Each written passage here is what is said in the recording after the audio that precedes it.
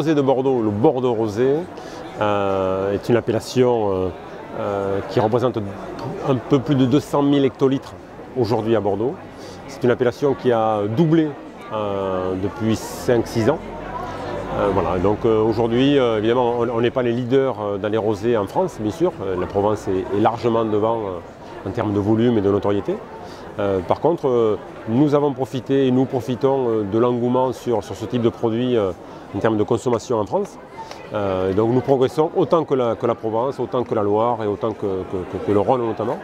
Et puis notre objectif est d'être un peu le challenger de la Provence. Alors à Bordeaux, on est plutôt leader sur les rouges.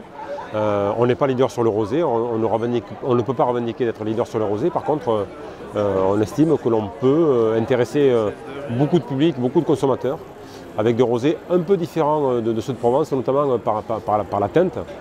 Et puis la Provence, c'est l'image des vacances, c'est l'image des plages du sud. Et donc Bordeaux, ça peut être l'image aussi des plages aquitaines, des plages du bassin d'Arcachon.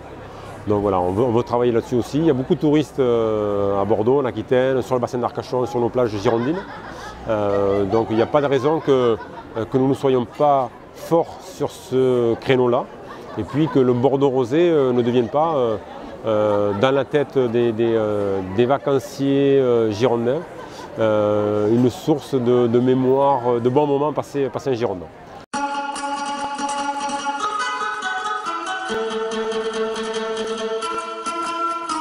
Le Bordeaux rosé est plutôt un vin de saison, d'été, de printemps et de moments faciles, de moments agréables, très conviviaux.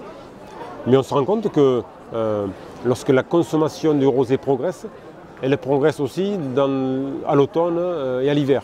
Donc c'est vraiment un mouvement de fond de consommation. Mais c'est surtout une entrée dans le monde du vin qui est très importante pour des nouveaux consommateurs. Il y a sans doute moins d'emphase dans l'approche du vin sur du rosé que sur du rouge. Il y a une barrière pour certains consommateurs qui est plus facile à franchir ou qui n'existe pas sur les rosés, alors qu'elle peut exister sur le rouge avec tout le vocabulaire que l'on peut prêter au rouge.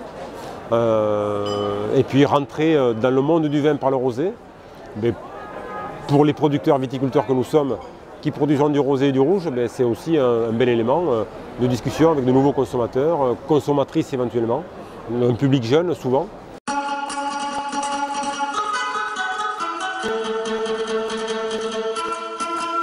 Avec un burger, on n'est pas obligé et